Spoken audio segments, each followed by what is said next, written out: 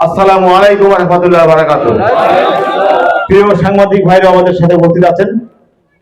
আসলে আমাদের আজকে যে বিজয় দিবসের আলোচনা, আমাদের এই বিজয় দিবসের আলোচনাটা আমাদের স্বাধীনতা যুদ্ধ, মহান স্বাধীনতা যুদ্ধ শুরু হয়েছিলেন এটা কিন্তু নির্বাচন নিয়েই। আপনাদেরকে মনে আছে মুরব্বিরা? বলেন। ৭০-এর নির্বাচন নিয়েই কিন্তু আমাদের মূলত স্বাধীনতা দিবসের মূল আমাদের এটা শুরু হয়, সংগ্রামটা শুরু হয়, তাই না? আজকে ১৬ই ডিসেম্বর ৫৪ বছর পার হয়ে গেছে। বিজয় দিবসে এসে আমরা এখন আলোচনা করতেছি কিন্তু সেই নির্বাচন নিয়ে, তাই না? যে সেখানে নির্বাচন কমিশনের সমস্যা, ভোট কাটার সমস্যা, ভোট ডাকাতি করার সমস্যা, ভোট লুণ্ঠন করার সমস্যা। তাহলে কি হলো? এই ৫৪ বছর যারা এই দেশের স্বাধীনতার জন্য সংগ্রাম করে জীবনের আত্মহতি দিয়ে গেছেন, তাদের আত্মহতি কি বিফলে গিয়েছেন? প্রশ্নটা এরকম না? বলেন কেন এটা হয়েছে? সঠিকভাবে রাষ্ট্র পরিচালনা হয় না, এই কারণে। আপনারা দেখেছেন চরমোনাই পীর সাহেব সারা বাংলাদেশে প্রতিদিন ৩ থেকে ৪টা প্রোগ্রামে ওয়াজ মাহফিলে ইসলামের পক্ষে দাওয়াত দেন। এইটার কারণ কি? আপনারা বিগত ইতিহাস দেখলে দেখবেন যে আমাদের হযরত খাজা খানজান আলী উনি কোথা থেকে এসেছেন? ইয়েমেন থেকে এসেছেন। সেখানে তার পরিবারবর্গকে রেখে উনি কিন্তু এই ইসলামের জন্য ঘোড়ায় চড়ে বেরিয়ে পড়েছেন। উনি কিন্তু তখন কিন্তু স্টিমার ছিল না, প্লেন ছিল না, কোনো কিছু ছিল না। আপনার একটা দুর্গম গিরির পাহাড় পর্বত পাড়ি দিয়ে কিন্তু উনি এই বাগেরহাটে এসেছেন, তাই না? কেন এসেছেন? আত্মীয় স্বজন, বন্ধু বান্ধব, পরিবারকে রেখে এসেছেন। কেন এসেছেন? ইসলামের জন্য। তাদের কারণেই কিন্তু আজকে এই বাংলাদেশে আমরা ৯২% মুসলমান এবং আমরা ম্যাক্সিমাম মানুষই আমরা মসজিদে নামাজ পড়ি, ইসলামের জন্য কথা বলি, ইসলামের পক্ষে থাকি, ওয়াজ মাহফিলে যাই, কিন্তু ইসলামী দল কেন ক্ষমতায় আসে না? আমার কথা হলো যেখানে ৯২% মুসলমান সেখানে কেন ইসলামী দল ক্ষমতায় আসবে না? ইসলাম কেন বাস্তবায়ন হবে না? না হওয়ার কোনো কারণ দেখি না। যখন ভোট হয় আমি দেখি অনেক ইউনিয়ন পরিষদ, উপজেলা পরিষদে একজন হিন্দু প্রার্থী হলে, একজন মুসলমান প্রার্থী হলে মানুষ ভাগ হয়ে যায়, হিন্দু মুসলমান ভাগ হয়ে যায়। কই? যেটা সবচেয়ে বেশি জরুরি সেখানে তো ভাগ হয় না। আপনার দরকার আমাদের ইসলামের জন্য ভাগ হওয়া, সেখানে কেন ভাগ হচ্ছি না আমরা? সেখানে কেন আমরা ইসলামের পক্ষে থাকতে পারতেছি না? কারণটা কোথায়? আজকে এই দুঃসময়ে আমাদের পীর সাহেব চরমোনাই সমস্ত ইসলামী দলগুলোকে নিয়ে বলেছেন ইসলামের পক্ষে একটি বাক্স হবে। এই ঘোষণাটা কিন্তু দিয়েছেন কাকে? প্রথম দিয়েছেন চরমোনাই পীর সাহেব। আপনারা জানেন বিএনপির মহাসচিব মির্জা ফখরুল ইসলাম আলমগীর সাহেব ওনার দরবারে এসেছেন, জামাতে ইসলামের আমির এসেছেন, সমস্ত দলের নেতৃবৃন্দ ওনার প্রোগ্রামে এসেছেন, ওনার এলাকায় এসেছেন ওনার কাছে সালাম দেওয়ার জন্য। উনি হিসাব নিকেশ করে চিন্তা করে একটা ঘোষণা উনি দিয়েছেন যে আমরা ইসলামের পক্ষে একটি বাক্স চাই। কারণ কি? আমাদের মত আলাদা থাকতে পারে, আমাদের দল আলাদা থাকতে পারে, ইসলামের পক্ষে কিন্তু সবাই আমরা। যিনি বিএনপি করে উনি ইসলামের পক্ষে, যিনি আওয়ামী লীগ করে উনি ইসলামের পক্ষে, যিনি জামাত ইসলাম করে উনি ইসলামের পক্ষে, যিনি চরমোনাই পীর সাহেব দল ইসলামী আন্দোলন বাংলাদেশ করে উনি ইসলামের পক্ষে। তাহলে কেন ইসলাম হবে না? কারণটা কোথায়? আপনাদের এই যে আজকের কথাগুলো, যে আমাদের এই বিজয় দিবসের কথা বলি, স্বাধীনতা দিবসের কথা বলি, যাই বলি না কেন, আমরা যত কথা বলি এই কথাগুলো বাস্তবায়ন তখনই হবে যখন সঠিক নেতৃত্বের কাছে দেশ যাবে। তা না হলে কখনো কিন্তু পরিবর্তন হবে না। আপনারা দেখেছেন কেউ কেউ বলে যে মার্কাই সবকিছু। আমি বলবো ব্যক্তিই সবকিছু, মার্কা না। প্রার্থীকে সে কি কাজ করবে সেটাই কিন্তু মূল বিষয়। আমরা একটা পরিচিত মার্কাকে ভোট দিলাম, একটা চোর বাটপার একটা লোক সদস্য হলো, কি লাভ হবে? কিছু হবে? কোনদিন পরিবর্তন হবে না। পীর সাহেব চরমোনাই আজকের যে আহ্বান, আমি আপনাদের বলবো যে আপনাদের প্রতিটা মানুষকে দাওয়াত দিতে হবে। ওই বিএনপির যারা দল করে সভাপতি সেক্রেটারি হইতে মানে যারা পদে আছে তাদেরও আপনারা দাওয়াত দেবেন যে আপনারা সারা জীবন ভোট দিয়েছেন, আপনারা আবার ইতিহাস পক্ষে একটা ভোট দেন। আপনারা আওয়ামী লীগকে দাওয়াত দিবেন, আপনারা সমস্ত দলকে দাওয়াত দিবেন। তাদের কাছ থেকে ৫ বার যদি এক জায়গায় যাওয়া হয়, একটা বার তার মন বলবে না আমরা ইসলামের জন্য ভোট দিই, সমস্যা কোথায়? সমস্যা তো নেই, একটা বার দিই না। এই অবস্থা কিন্তু তৈরি হয়ে যায়। আমরা হিংসাত্মক কোন রাজনীতি আমরা চাই না। আমরা চাই নিরাপত্তার সহিত একটি আদর্শ নির্বাচন, যে নির্বাচনে আগামী দিনে ইসলামী দলগুলো ক্ষমতায় যাবে, আমরা সেই লক্ষ্যে ইসলামের পক্ষে দাওয়াত দেবো, তাই না? আমাদের উদ্দেশ্য হচ্ছে ইসলামের পক্ষে দাওয়াত দেওয়া। আজকে আমাদের সেই বিজয়ের যদি প্রকৃত স্বাদ আমরা গ্রহণ করতে চাই, তাহলে ইসলামের পক্ষে আমাদের থাকতে হবে।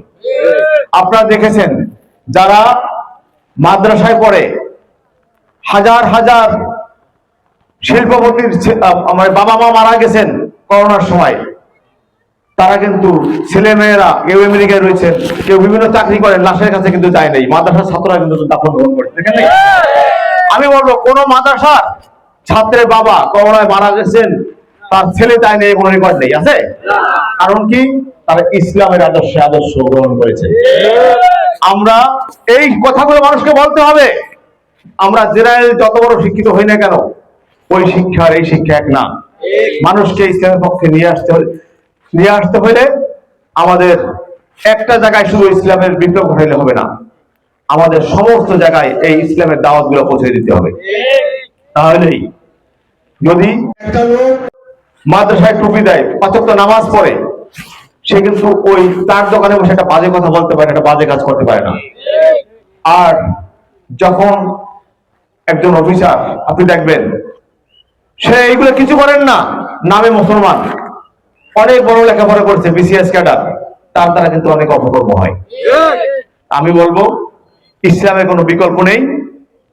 যার জন্য আপনাদের আজকে ওয়ার্ডের নেতৃবৃন্দ আছেন, ইউনিয়নের নেতৃবৃন্দ আছেন, আমি আপনাদের বলবো, আপনারা এত বছর ইসলামের জন্য আপনারা কাজ করেছেন। আমি এখানে নতুন আসছি, আপনারা কিন্তু এখানে দীর্ঘদিন থেকে আছেন, কেউ 40 বছর, কেউ 25 বছর, কেউ 20 বছর। আপনাদের সকল পরিশ্রমটাই কাজে লাগবে এবছর উর্বর জমিন, অর্থাৎ এই জমিনে আপনি যেটাই চাষ করেন সেখানে সেই ফল দেবে। এইখানে চাষ করার সর্বশ্রেষ্ঠ সময়, এই সময়টা আপনাদের কাজে লাগাইতে হবে। আপনারা শুধু একটি কথাই বলবেন যে আপনারা সারা জীবন যা করেছেন করেন, এবার আপনারা ইসলামের পক্ষে ভোট দেন। এই দাওয়াতটা আপনাদের বুঝে দিতে হবে। তাহলে আমরা আমাদের সঠিক লক্ষ্য, বিজয় দিবসের যে প্রতিপাদ্য বিষয়, সেই বিষয়ের সাথে যেটা উদ্দেশ্য ছিল এই দেশের মানুষের, যে উদ্দেশ্য নিয়ে এই দেশের কৃষক শ্রমিকরা আন্দোলন করেছে, গুলির সামনে গিয়েছে, বন্দুকের সামনে, কামানের সামনে গিয়েছেন, স্বাধীনতা যুদ্ধে অংশগ্রহণ করেছেন, সেই যে সুফল, সেই সুফলটা তখনই আমাদের ঘরে আসবে। তা না হলে কিন্তু কোনোভাবে আমাদের এই স্বাধীনতা যে স্বাদ, সেই স্বাদ আমরা কখনো পাবো না। আমরা শুধু নামমাত্র বিজয় দিবসে আলোচনা করব, স্বাধীনতা দিবসে আলোচনা করব, কিন্তু বাস্তব যে স্বাধীনতা, সেই স্বাধীনতা কিন্তু আমরা ভোগ করতে পারবো না।